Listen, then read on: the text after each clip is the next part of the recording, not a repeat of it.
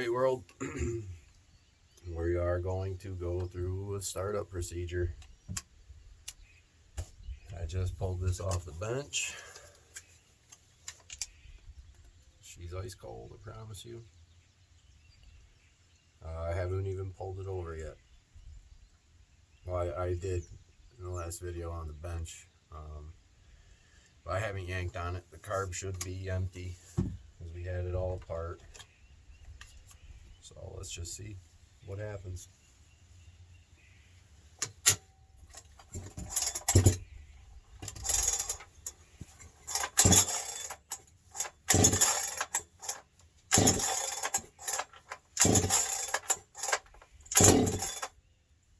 Okay. Moment of truth.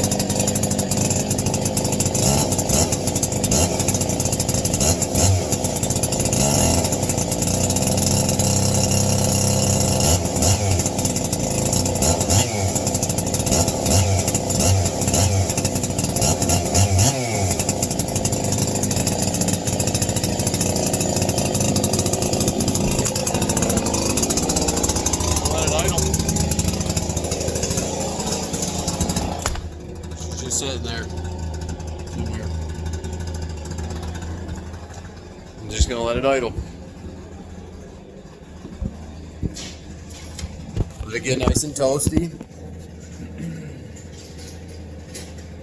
We'll go out every once in a minute and give her a little crack on the throttle. It sounds like it's I either got my idle up a little bit right now or the low jet's turned in a little bit.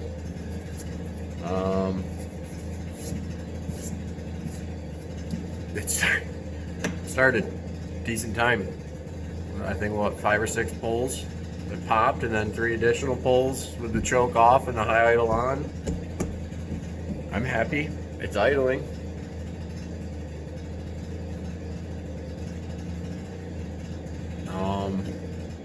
Yeah, I'm gonna read into the ring seating process. I know that there's plated rings. I think they seat a lot differently than steel rings. Part of the learning process. I think the last video was really long. I think this one will be short. We'll post them both today because we have tree work tomorrow, and that's going to be the video tomorrow. I wanted to get 2 days ahead on the content, but I did it was another long video. It was probably like 35 minutes or so, and I lost it. I thought I posted it. I gotta delete as I'm going on my phone, or I run out of space.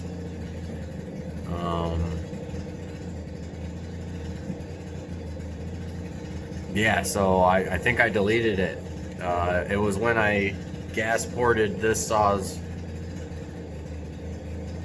It was the X-Torque cylinder, the double ring piston. I gas ported the top ring seat and removed the bottom ring. I can't find that video. I think it was a wash. I think it got washed away, but no, I guess it is what it is. Like I said, I gotta delete things as I go because I'm running out of room on my phone. And I don't like using the GoPro for everyday videos because it takes about a day to upload a 30-minute piece of footage. And I'm not just gonna straight record with the GoPro. I think I only get like an hour worth of recording. So if I'm up in the tree, you know, I'm gonna have to GoPro stop recording and get into work position and just tune you guys in for the cuts. You know, I'm not giving anybody any tips or tricks because I'm learning all of this myself. But you can see what I do and I'll explain why I'm doing it. Yeah, I'm gonna go crack the throttle a couple times on this, quarter throttle, just to make sure we're not sludging up. Alright, so it's been idling. I was dialing a little bit. It appears, and I might have a little something going on in my carburetor, but no matter how far I turn my low jet out, my idle won't go down. I mean, it's where it needs to be, but I can't flood the saw out opening my low jet. I can lead it out, but as I'm opening it, it gets to a certain point where it doesn't want to get more fuel. So I either have some clogged jets, clogged fuel screens, or that little carby mod I did. Worked, did something. I can definitely feel the difference in the saw right now. It's way more responsive. It's there's no whack. It's if there is, it's a lot less than it was. It's idling great. It's running great. I guess we can heat cycle it. I'll pause this. I'll go shut it off. We'll give it 25 minutes, 30 minutes. Not 8. We'll give it 15 so I can hold the pipe. And then we'll start it again. And then we'll go make a cut. So, I did notice on my low jet, if I turn it way out, my throttle response goes a little wonky. So, I'm finding the sweet spot where it's nice and crisp. I think that's pretty critical thing there when we're talking about tuning and looking for response and crispiness. Proper low jet tuning. So we're working on that. We're learning every day. But yeah, we'll give this a little bit of time. She's warm. Give it a little time. Then we'll come back and fire it up, let it idle some more, and we'll make a cut. Alright, so I just went out and put it in a small piece of wood. She gets up on RPMs and stays on them, but when I dog in, it drops quite significantly. It maintains. It's not falling on its face. It's eating wood, but it goes from high in the RPM range down to mid range. So I think what that's telling me is I got a lot of mid range torque. So as we continue drafting on this saw, I would like high range torque, high RPMs, high torque. But the other thing I noticed is if I stop it in the cut completely and I keep pressure on my dogs and crack my throttle, it doesn't want to pull through the wood. That could be a lot to do with my filing and my rakers. I am hungry. Still working on it. But yeah, I am pleased with where it's at right now. It's every time I've taken this apart and done something to it, I hope it's not placebo effect, but it feels like it's improving, picking up a little bit every time. Yeah, we're just gonna keep going with it. We do have a job tomorrow. Guy asked me to come look, and he said, you know, if if I do want you to do it, when can you get it done? So I said I'll show up ready to do it. I don't even know what it looks like. It could be a 12-inch tree. He said there's a lot of woodpecker holes at the base of it. So we said this in one of our earlier videos. You know, if it's not safe, we're not going to try to be heroes. You know, if it's something we can do from the ground, all the better. I don't know exactly where it is as far as positioning from the house, but we'll figure it out, and hopefully we can give this guy a hand.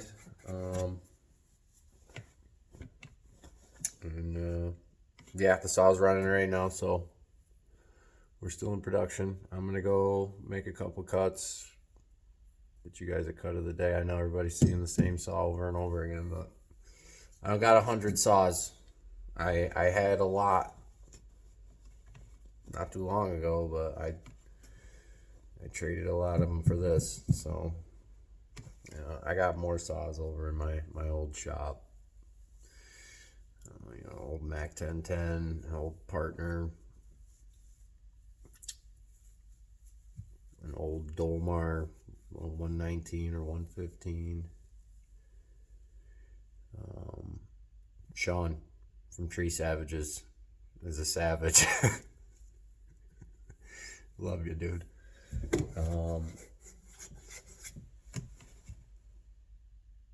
Yeah, no, I got a couple old saws over there. Nothing I really want to break into. I kind of used them for part saws. I got one. It's a Solo, German. I have never seen anything more overbuilt in my life. I don't know a whole lot about the company. I know they built the first twin-cylinder chainsaw way back in the day. But no, I bought that blown up, knowing it was blown up, kind of on a whim, thinking I could find a piston for it.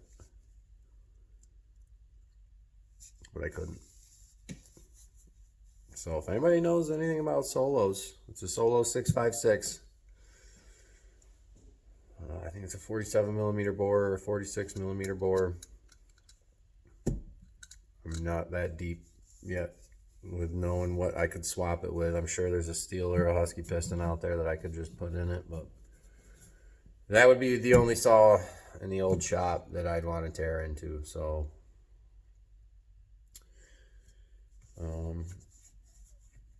yeah, and this is the one I'm working on right now, and this is the journey. So